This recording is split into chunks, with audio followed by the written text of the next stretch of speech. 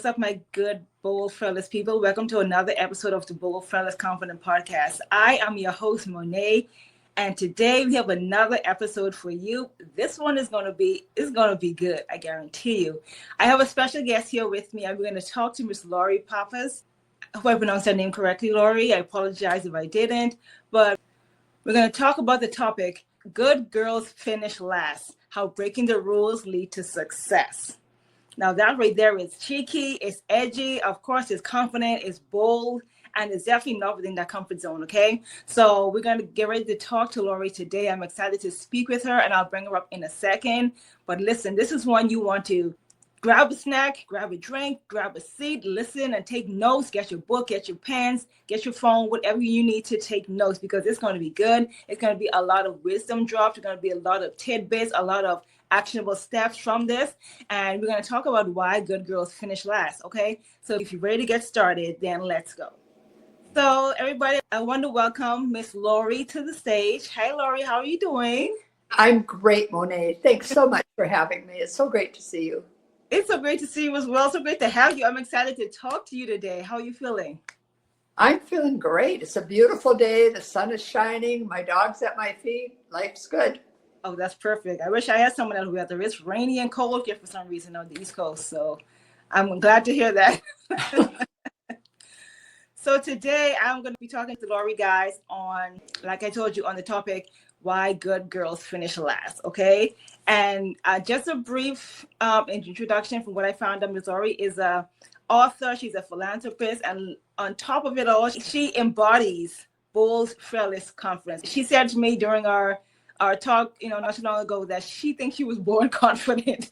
So I can't wait to hear about that and how you guys kind of eavesdrop on our conversation a little bit. So Lori, if you will, say hi to the listening audience and also tell the people about yourself, what you do, and some background about you. Okay. Well, let me start, first of all, about how old I am. I'm 75, and I have another birthday coming up pretty soon. So nice. Pretty soon I'm 76, and I have to tell you, this is the best time of my life. It really is the time where I'm learning the most, I'm meeting the most interesting people. It's fabulous. So every time you celebrate a birthday, just say woohoo and yay, I'm getting there. So yes. It's all good. I started this life in a fairly difficult family, meaning that my mother was a religious fanatic. And I mean, really a religious fanatic. And she thought because I was not good, meaning I wasn't compliant and I would talk back and I had a mind of my own. So is that what the definition is, not being a good girl? Yeah. She thought I was possessed by the devil. Yeah, absolutely. Oh, wow. And she actually took me to an exorcist, and they tried to get the devil out of me. Wow. And then my dad put me in a nut house trying to maintain peace in the family. Now, remember, I said I'm old. So all this was happening in the 1960s. And I don't know if any of you listening are old enough to have watched One Flew Over the Cuckoo's Nest with Jack Nicholson. But if you did happen to watch that movie, it was a pretty scary place. I mean, it's a place where they were doing shock treatment and lobotomies and all that kind of thing. Wow. Well, fortunately for me, I realized that I really did not want to be there pretty early on. Especially when a girl that lived in the room next door came in and she had just had shock treatment. And the thing I was noticing was that because of the pills they were giving me, my photographic memory had disappeared. So I decided right then and there that I was not going to swallow those pills anymore. And I stopped. And I started working on figuring out how I was going to get out of there. And I was not going to swallow the fact that I was the devil because I wasn't my mother's definition of good.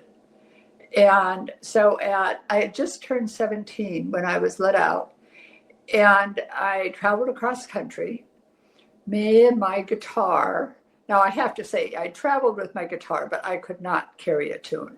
But that didn't really bother me because I could write poetry, or I thought I was writing poetry, and I would recite that to my two chords that I would strum on my guitar. Oh my gosh. And I ended up living in San Francisco, right in the middle of the hippie era. Well, by then, I'll tell you, I was so afraid of drugs that there was no way I was going to fall into that scene. But one thing led to another, and I realized that whatever I was going to make out of my life was going to be up to me. I had to do it because I didn't have a support system. Mm-hmm. And so on the outside, I became very bold, fearless, and confident because I was going to make it in the world. Yeah. And whatever that world might be, I was going to make it.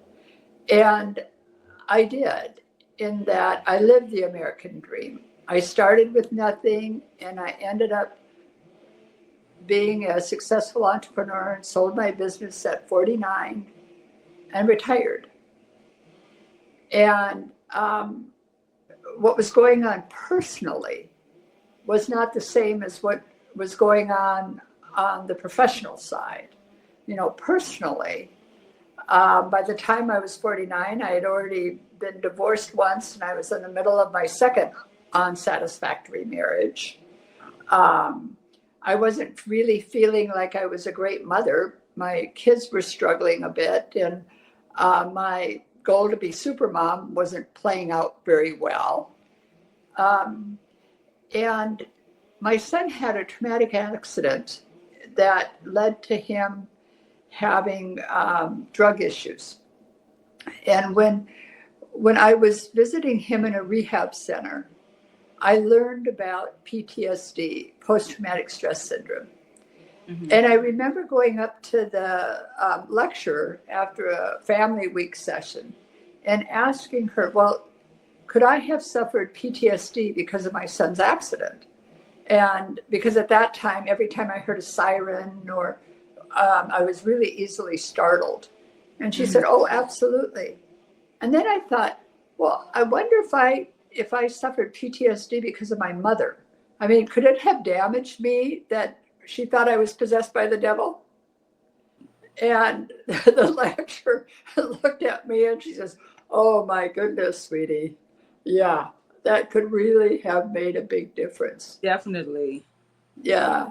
So I then started doing inner child work, and that really helped me understand that just because my mother thought I was the devil did not mean that I wasn't a worthy individual.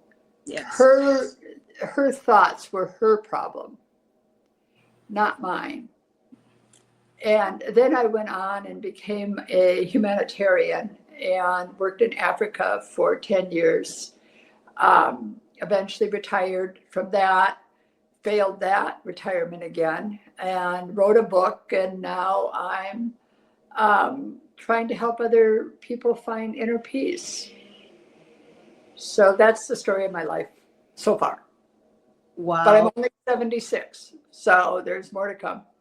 Yeah, there's more life to live.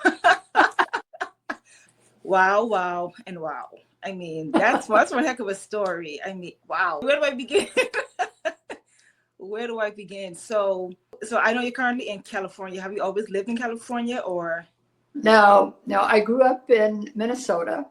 Okay. And then when I sold my business, my husband at the time wanted to move out to Washington State. So we lived out there for a while. And then I moved to Africa, finally divorced him. And I lived over in Ethiopia for 10 years. Nice. And one day, even though I had sworn I would never, ever get involved with another partner, I met my husband online, and he was living in Mexico. So we went and lived in Mexico for a while, and now we're up in the States in California.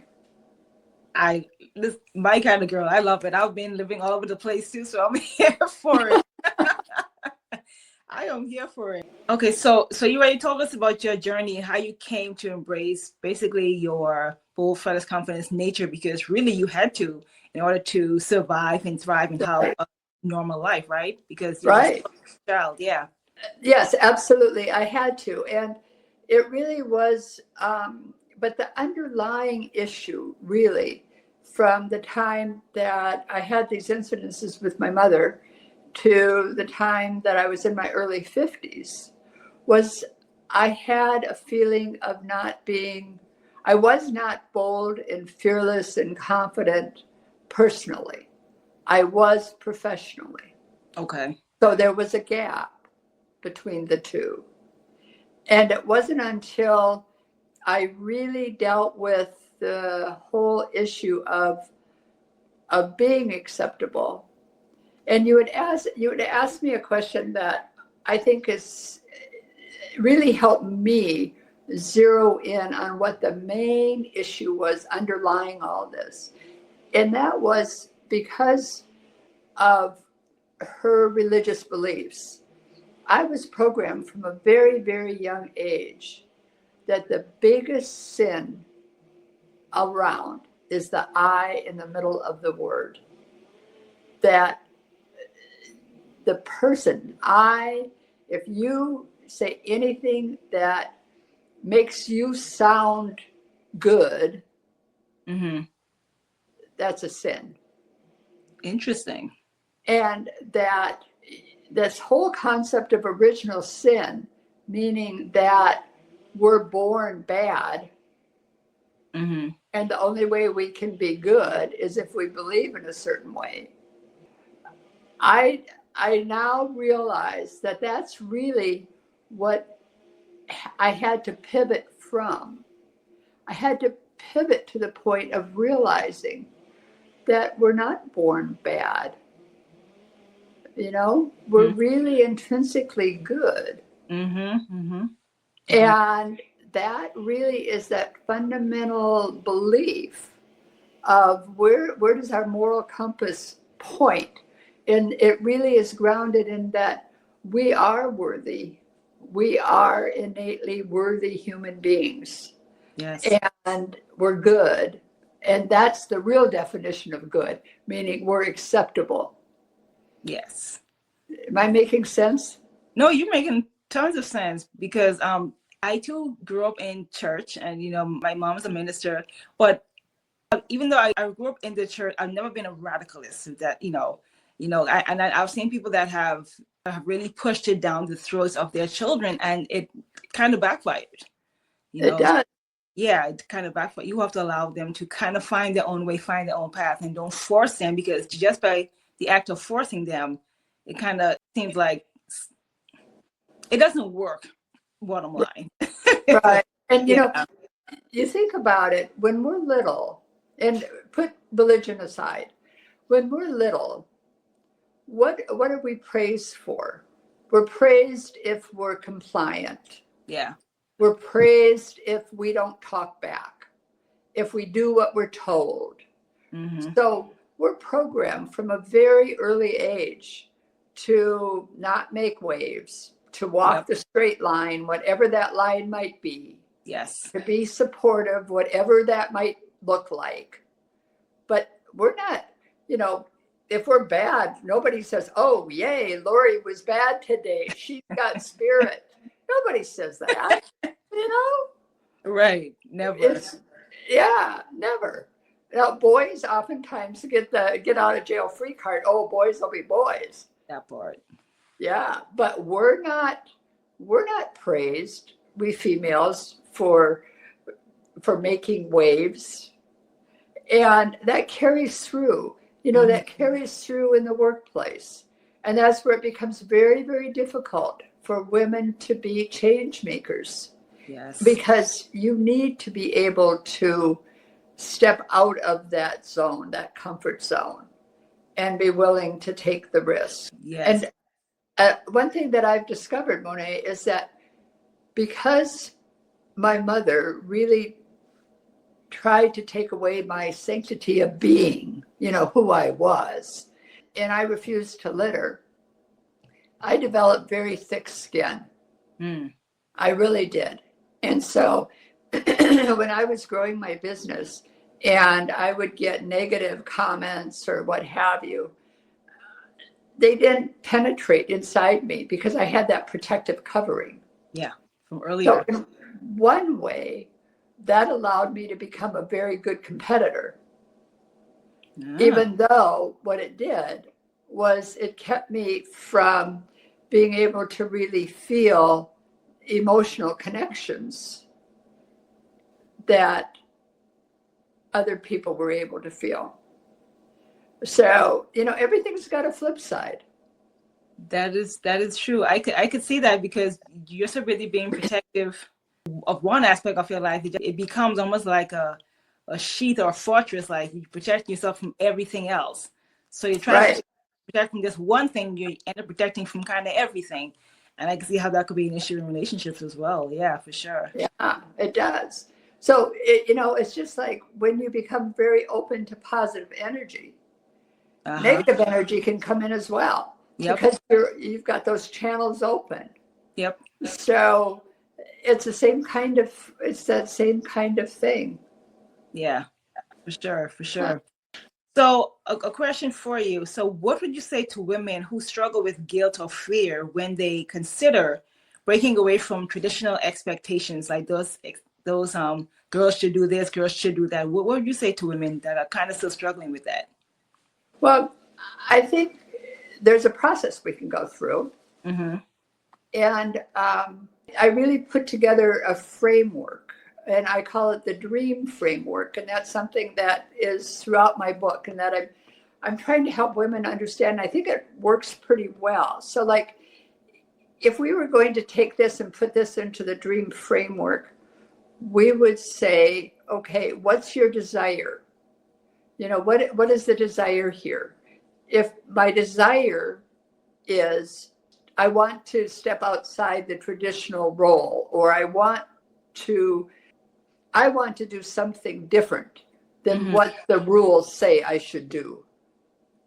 Right? Yeah. Okay, so if we say that's what our desire is, then, and I call it the dream framework because it's desire, reflect, explore, acknowledge, and a mantra. So that helps me remember it.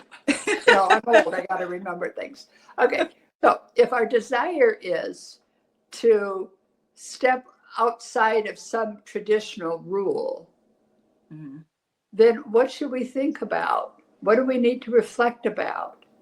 Well, first of all, we really need to recognize what was the source of that rule. Why is that rule even in place? Mm-hmm. Why is it there? Is it to protect the fiefdom of men? Is it to not be considered an outsider, or not to make our family look bad, or our partner to look inept in some way? Or is there something that threatens somebody else in some way? Yeah. And oftentimes that is the source of the rule. Is I want you to make me look good. Right. Yes. Yeah. And sorry, Charlie, that's just, that never works, right? Not going to work. It doesn't work. I mean, if you want to look good, look good. I mean, if you want somebody to think something about, I'm talking about another person, if they want to be considered a success in some way, then be a success in that way. Don't expect me to make you look good. Exactly. Do things in your own terms. Don't you don't need to do it for you. No. Right. Yeah. So then we can do a little bit of an explore. We can say, well, what are the supposed to's that are surrounding this rule? Yeah. And where did those come from? And who defined those supposed to's? And why do they have the right to define my supposed to's? Who gave them the right? Yes. I don't remember giving them the right. The permission, yeah. Yeah, exactly. So that's the explore part. And then I think it's really important to always acknowledge, and that is, acknowledge that sometimes life is just really not fair and it can suck. And you can find yourself stuck or have some kind of, to use a very old cliche, a hand tied behind your back or whatever. I mean, something that makes it more difficult for you. Okay, so let's acknowledge it and then let's get over it. Yeah. You want Yeah. that to define you? You want that to become your limiting factor? So it's all a matter of breaking things down and taking a good look at it. And then I really, really believe that it's important to have mantras, little prayers that kind of soothe your soul. I just did I have a newsletter, Sticky Thoughts, and I did one the other day on for people that are feeling powerless right now and don't know what to do because of everything that's happening in the world. And the little mantra that I put together at the end of that dream sequence was like, I control what I read. Yeah. I control how I fill my head, how I fill my space in my mind. I control that. And I control who I'm around, who I greet. So that means I am the master of me. Wow. Yep. Right? I am the master of me. So we have choice. It's a matter of us learning how to utilize that choice and to realize that we are the masters of ourselves. We are. I think a lot of the time people don't trust their own choices, don't trust their own thoughts, don't trust that they know what's good for them and their lives. So they always rely on somebody else to say, okay, what should I be doing? Or I don't know if this is right, is this correct?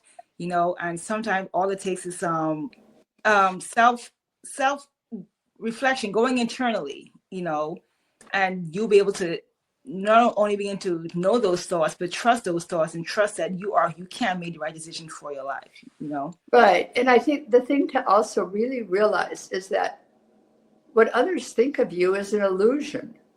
It's really an illusion.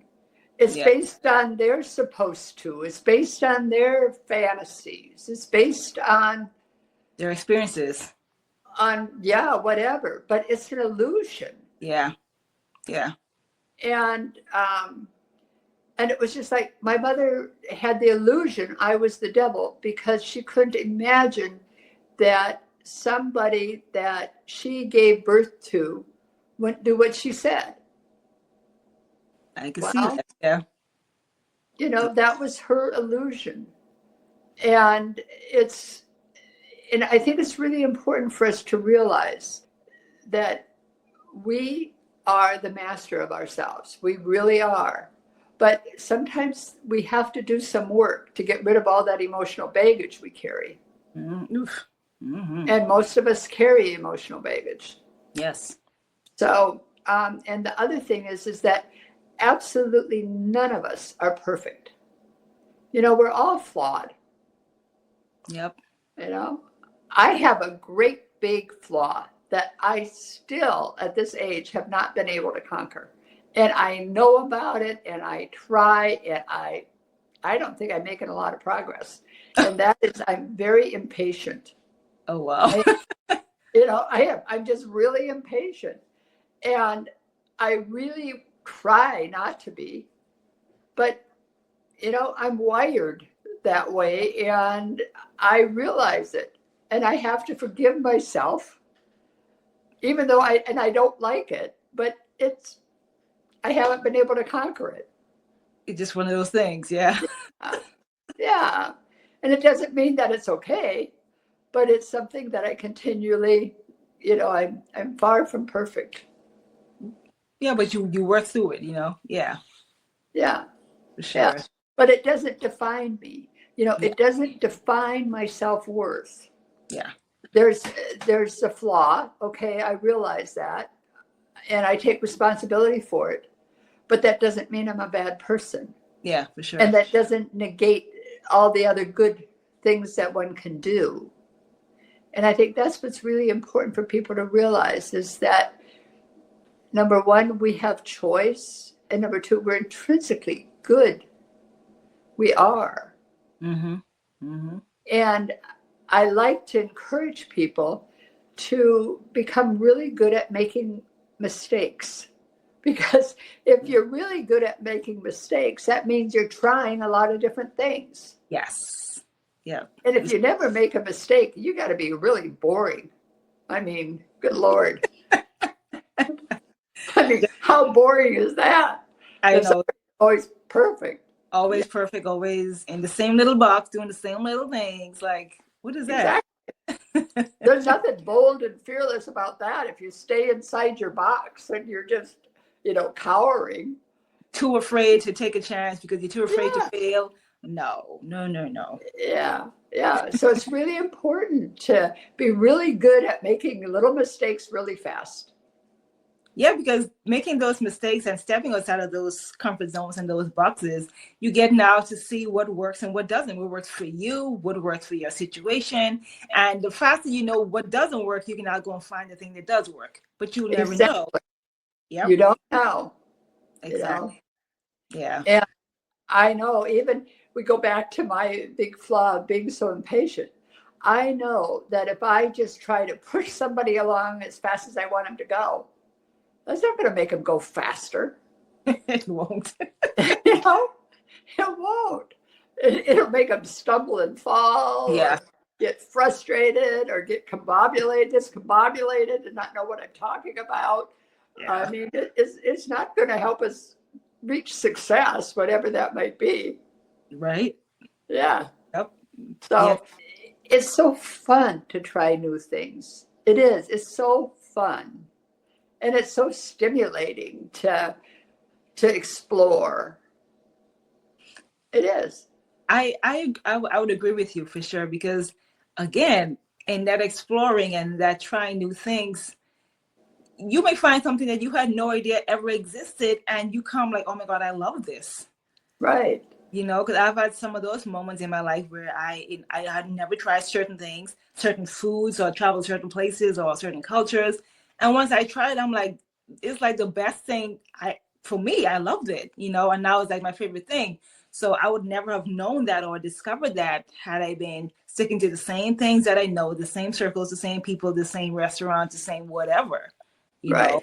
So I guess with that as a follow-up question, how do you suggest people kind of get started with exploring and different things or different experiences and just stepping outside of that box? Well, what if we just said that today I'm going to take a different route home from work? Or today, when I'm stuck in traffic, instead of me just listening to the radio or what have you, I'm going to look outside and see if I can find a daffodil poking its head up. Mm-hmm. Or what if today, when I'm going to go to sleep and I've been having trouble sleeping, I'm going to take a little pebble to bed with me and hold it in my hand and just feel the smoothness of that pebble and think about how smooth that pebble is while I'm trying to sleep. Or what if today, instead of looking at a tree and not seeing it, I'm going to pick out a leaf and really notice its shape. It's so little. You can start by just doing the smallest little thing, but all of a sudden you're opening up your mind, and more importantly too, you're reflecting on what you're seeing and what you're feeling. Yeah. And that allows you to start accessing that wisdom you have inside you, because you're becoming more mindful and you're thinking and you're reflecting and you're getting off that spinning wheel of life, that you're running like a gerbil, never stopping. Yes. It's allowing you to step off for a moment. Yes. And just the act of, like you said, even the smallest things, people think you have to make this big grand gesture or big grand change, and or I don't know how to do that, so I'm just going to say here, they don't know how to start. But like you said, the smallest things can now begin to tell your brain, like, hey, it's okay for us to try something different. Doesn't have to be the same thing over and over every single day, every single week, because your brain is a protection mechanism, I guess, in the sense where it tries to keep you safe, and in that keeping you safe is keeping you within the confines of what you are familiar with. So Right. you making an effort to step out says, hey, brain, it's okay for us to explore new things. Calm down. Anxiety, fear, calm down. It's okay. And you do the one small thing. And when you are successful in doing that, or you realize it's not that bad, now you can feel more comfortable in exploring new things and other things, I should say, from Right. that point on. Yeah. Yeah. And it's good to start small. I mean, you want to start small. I mean, and how small is that all of a sudden I'm actually going to look out the window versus just be like a zombie driving? Yeah. That's pretty small. It is. And it doesn't cost you any money. No extra money, no extra time, nothing. No. So it's good to start like that, and you start building patterns, and pretty soon it becomes second nature. It doesn't take long. Yeah. It doesn't take long. Yeah, for sure. So also, let me ask you, what would you say is the biggest misconception about people? I'm sorry, the biggest misconception people have about women, those that defy the status quo, those that step outside the comfort zones, those that break the rules. What do you say is the biggest misconception about a woman like that? Well, I would say that the biggest misconception is that the person that has that feeling, that's pointing that finger or is pushing back on you doing that, has certain fears that you're threatening. You're threatening their feeling of safety in some way. So it's really not about you. It's really about them and what they're afraid of. Yeah. And I think what really becomes powerful is that when you realize the fact that you're not the person in the wrong, Mm-hmm. it's just that they feel threatened about something. And to acknowledge that, and have some compassion for them. Instead of just saying, oh, you dumbass or you dumb fool or whatever it might be, you say, well, let's talk about why you're feeling this way. Yeah. Let's figure this out. Yeah. So I think that's really what that misconception is. It's the misconception that who's uncomfortable, who's got the fear. I like that. Yeah. Yeah. Like you're looking at me like something's wrong with me because I explore and live outside my comfort zone and break the rules. But is that really because are you really upset because I'm reflecting what you're not, what you desire to be and you're not? And so you're kind of like you're mad at that. Yeah.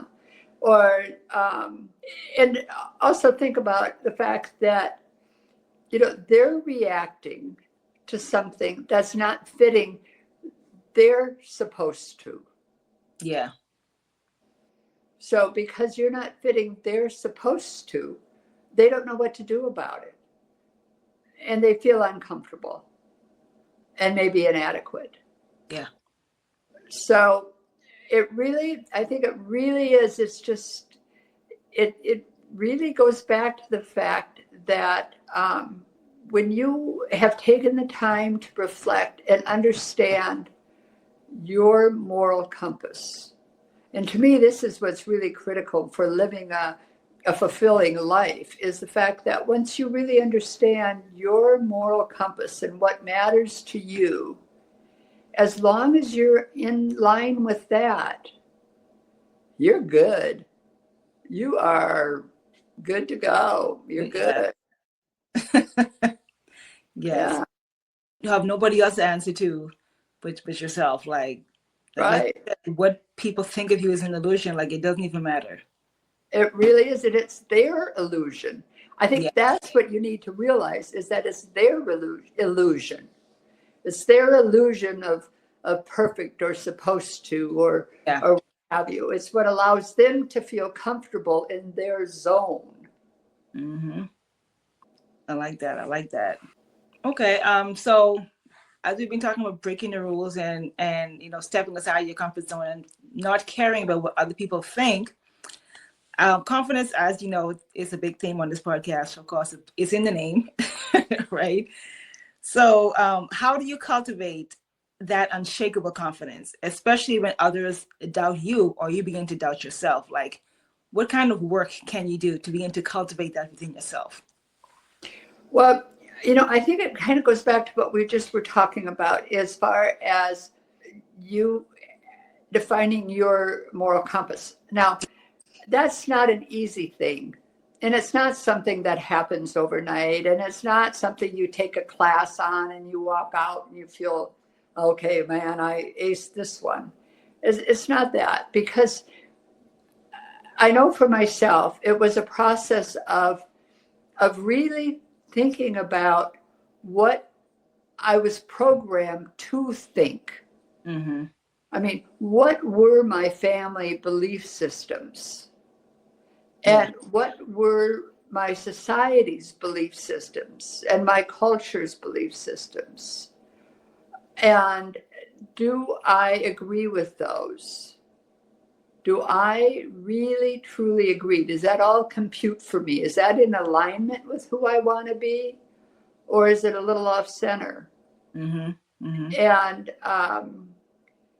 I think as we start working through that, it all kind of goes to taking the time to think.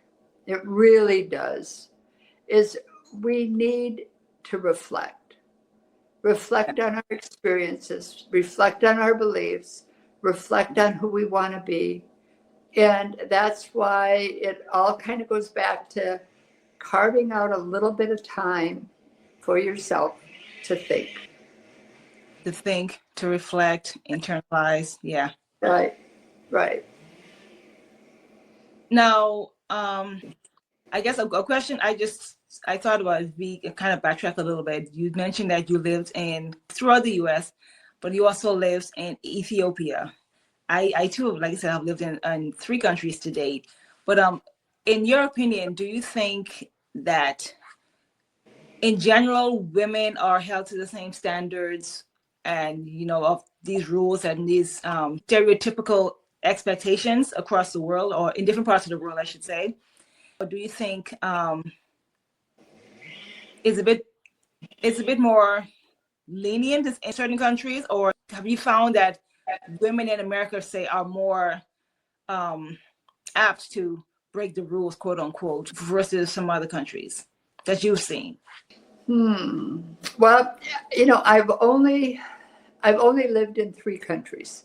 I've Okay. only lived in the US, in Mexico, and in Ethiopia. Yeah. Um, and but within Ethiopia, there are 86 different tribes. And I worked with 6 very marginalized tribes in the extreme southwest corner of Ethiopia. Okay. And their women have no rights. Oh wow. They have no rights of inheritance. They have no voice. Oftentimes people don't even know their name.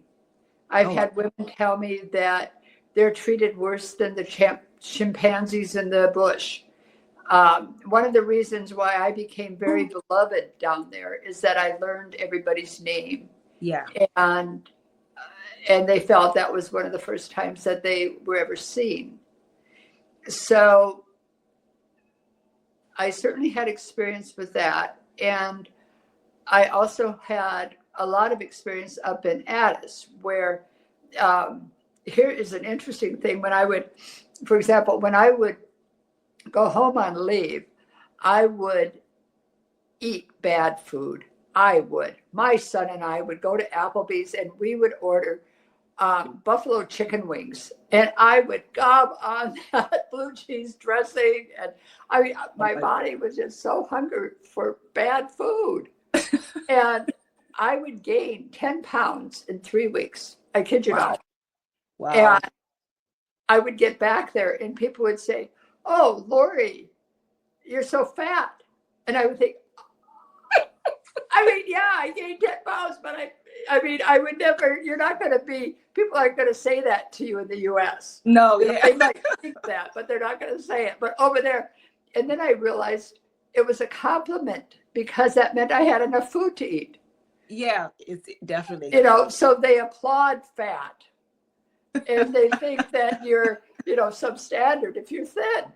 Yeah. And I really came to a point that over in the US, so much of looking good or being defined as that is, if you were in this religious model, you know, you were the perfect pious girl in whatever that faith might be, or it was defined by Hollywood, you know, what was the popular shows of the day or the body styles or what have you. And so it was very freeing for me living in a different culture because I didn't have to think about the cultural constraints of the United States, and I didn't have to abide by the cultural constraints in Ethiopia. Yeah. But to really answer your question, I only really was familiar with those three. And within those, especially within Ethiopia, I certainly noticed different standards within the different tribes. Oh, okay. And I think that's the study and the research that I did when I was writing my book, especially on the chapter on supposed tos.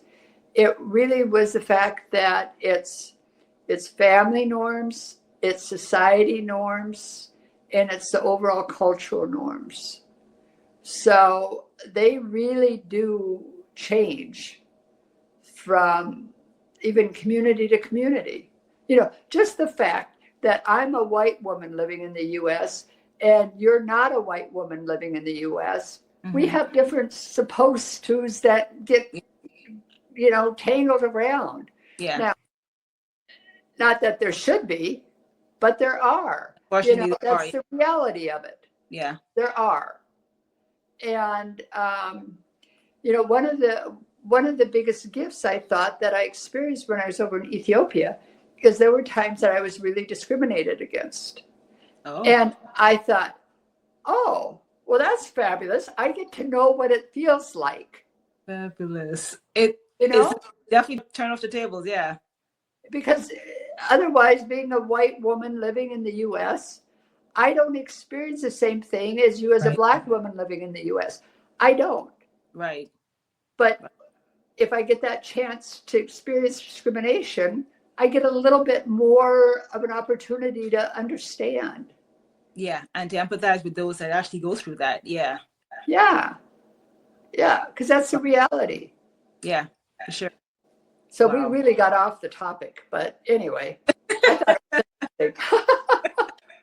No, but it was interesting to hear because especially how you mentioned that the women in Ethiopia, their rules, you know, vary from tribe to tribe, and how it's not just across the board, you know. So even in that country, in one country, there could be so many different rules, so many quote unquote supposed tos, like you say, for women, and you can see how some females would be afraid to step out and explore because depending on where you're raised, where you're born, where you grew up.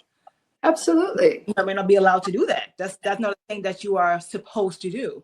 Exactly. And that absolutely is. I know. Yeah. I wrote a newsletter about a dear friend of mine who happens to be Muslim. And she went through hell getting to the United States. Literally. Her parents were killed in front of her. Her siblings were. It was really a struggle for her to get to the U.S. Wow. She did. She overcame incredible hardship, and she ended up being a social worker. Now, today, she still wears a scarf because she's a Muslim. Yeah. Sitting on the bus the other day, some lady just absolutely went off on her about how dare she be here in the United States. She didn't belong, and because of her, she was losing her food stamps and blah, blah, blah, blah. And my friend, What? yeah, I mean, this happened just not long ago. And my friend let her vent. And then she called me and said, I work with people like you. And if you need help to get your food stamps back, call me and I'll help you. Wow. That is still happening. And, her kids were born here in the US, but because they have darker skin, Yeah. they have black skin, and her daughter wears a scarf because they're Muslim. Those kids go to school with a copy of their passport in their backpack because they could easily be swept up, put into a detention center, and my friend wouldn't be able to find them. I mean, that's living with a different kind of fear than somebody like me or you are living with. Yeah. And so they're governed by a different set of supposed tos, and being bold, fearless, and confident looks different for them than it does for you or it does for me. Wow. So, I think we need to really look at the context. For sure. Yeah, because when you put it that way, like you said, it looks, being both fearless and confident looks different for them than, somebody that's not under that kind of restraint, and breaking the rules, quote unquote, right? Looks very different for somebody, say, like you mentioned in Ethiopia, like you could potentially be killed for breaking the rules, Not potentially. Well, Absolutely. Yeah. See? Look, yeah. Exactly. I mean, absolutely. Yeah. Oh my gosh. That would look very different. I mean, not that you can still be confident in what it is that you do, but again, the based on the context of, or the environment that you find yourself in, the pathway to confidence looked very different, Wow. Yeah. Yeah, to me, the big takeaway of this is the fact that to be confident in your worthiness, in that you are a worthy individual, and that it would be really good for you to be your own best friend. Treat yourself the way you would treat your best friend. Yeah. Honor yourself like you would honor somebody that you really esteem. Yeah. And that, to me, is really being bold, fearless, and confident. Yeah.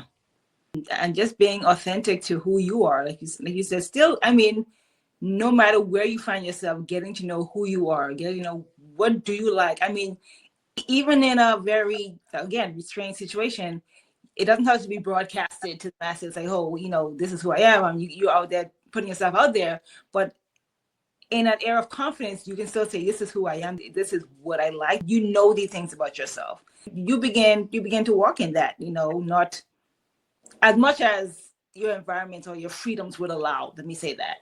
Right. Yeah.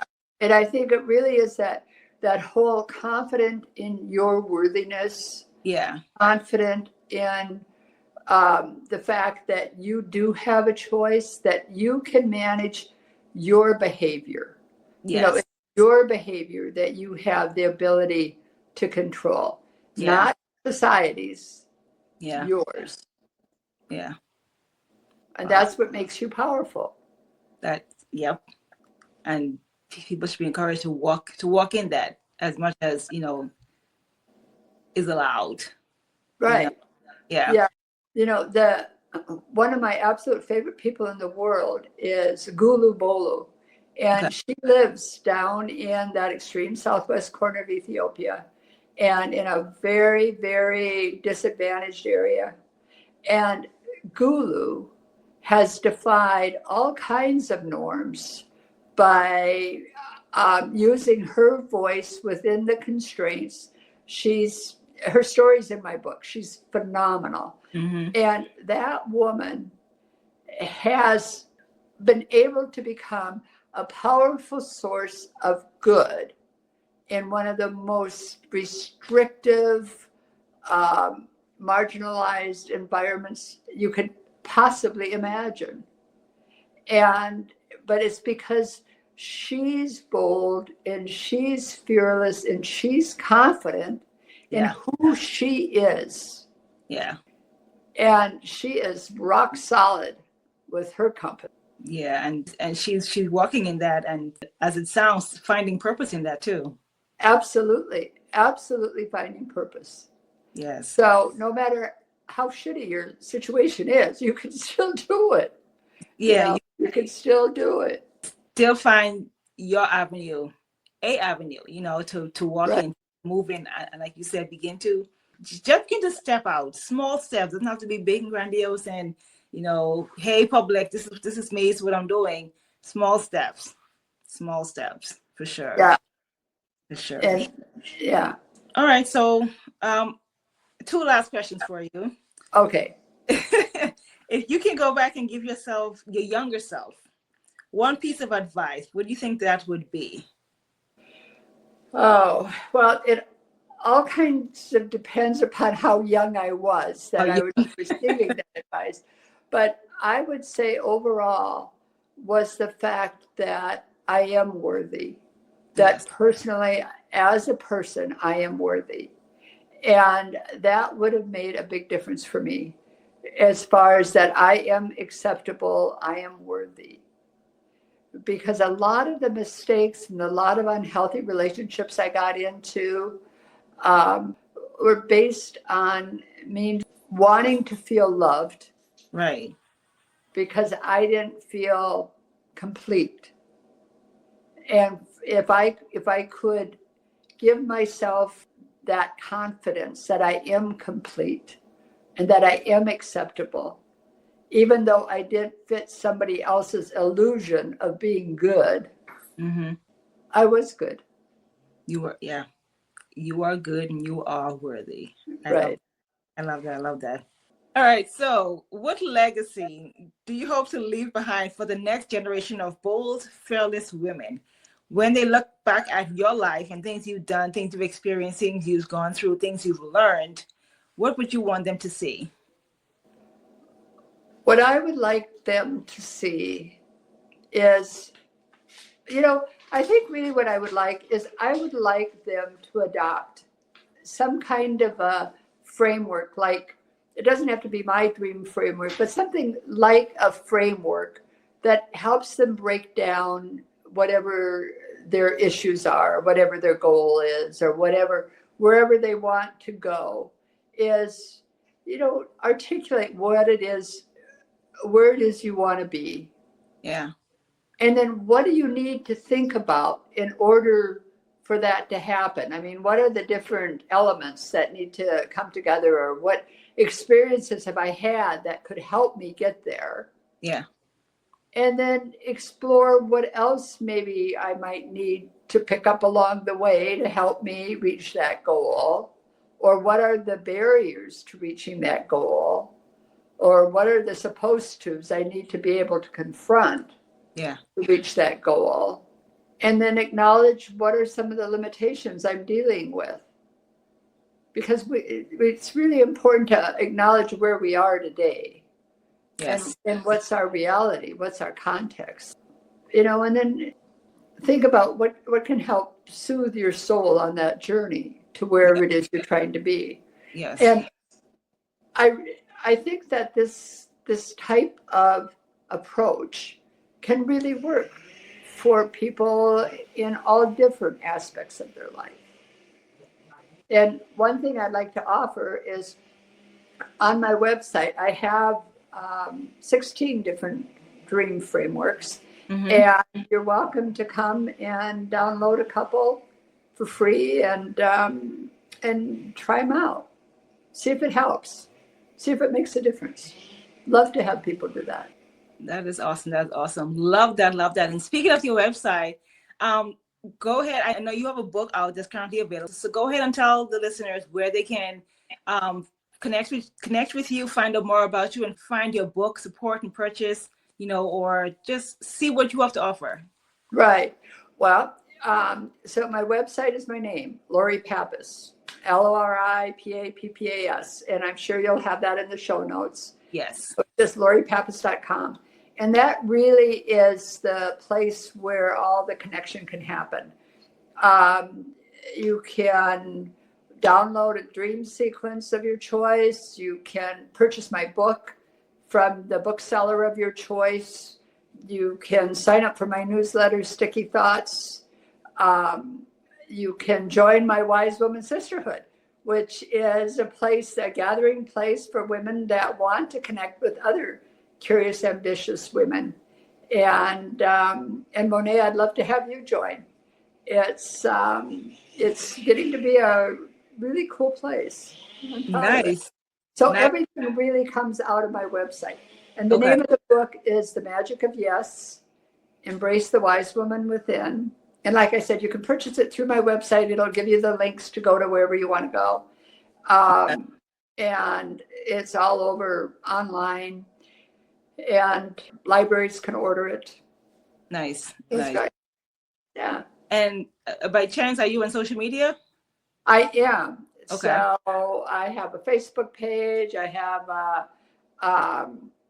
you can connect with me by friends. You can connect with me on the Magic of Yes Facebook page, Instagram, Lori Pappas, or the Magic of Yes.